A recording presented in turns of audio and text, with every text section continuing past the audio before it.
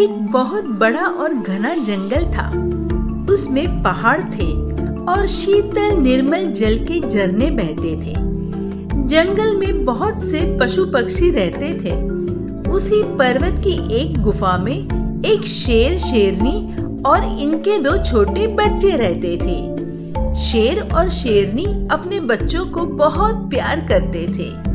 जब शेर के बच्चे अपने माँ बाप के साथ जंगल में निकलते तो उन्हें बहुत अच्छा लगता था।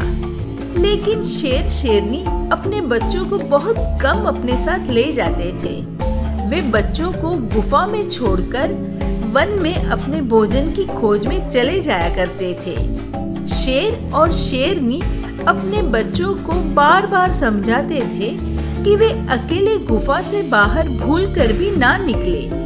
लेकिन बड़े बच्चे को यह बात अच्छी नहीं लगती थी। एक दिन शेर शेरनी जंगल में गए थे।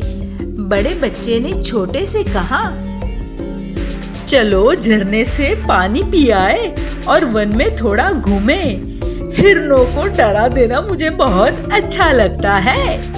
छोटे बच्चे ने कहा, पिताजी ने कहा है कि अकेले गुफा से मत निकलना, झरने के पास जाने को मना किया है।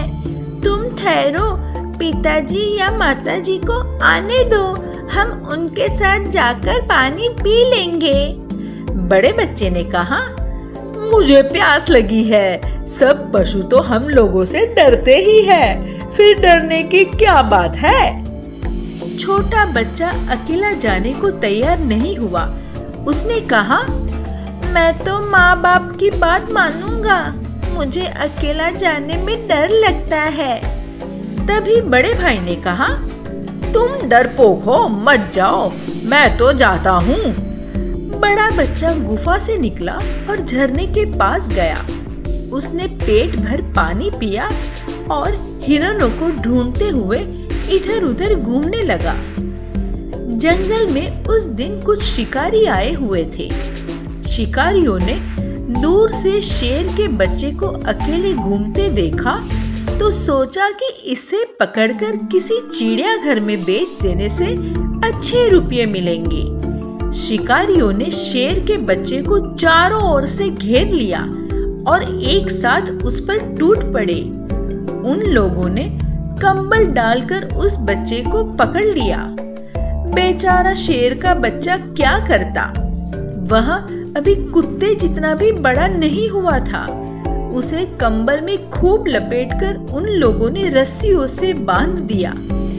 वह न तो छटपटा सकता था, न ही गुर्रा सकता था। शिकारियों ने इस बच्चे को एक चिड़ियाघर को बेच दिया। वहां उसे एक लोहे के कटघरे में बंद कर दिया गया। वह बहुत दुखी था। उसे अपने माँ बाप की बहुत याद आती थी। बार बार वह गुर्राता और लोहे की छड़ों को नोचता था, लेकिन उसके नोचने से छड़े तो टूट नहीं सकते थे। जब भी वह शेर का बच्चा किसी छोटे बालक को देखता तो बहुत गुर्राता और उछलता था।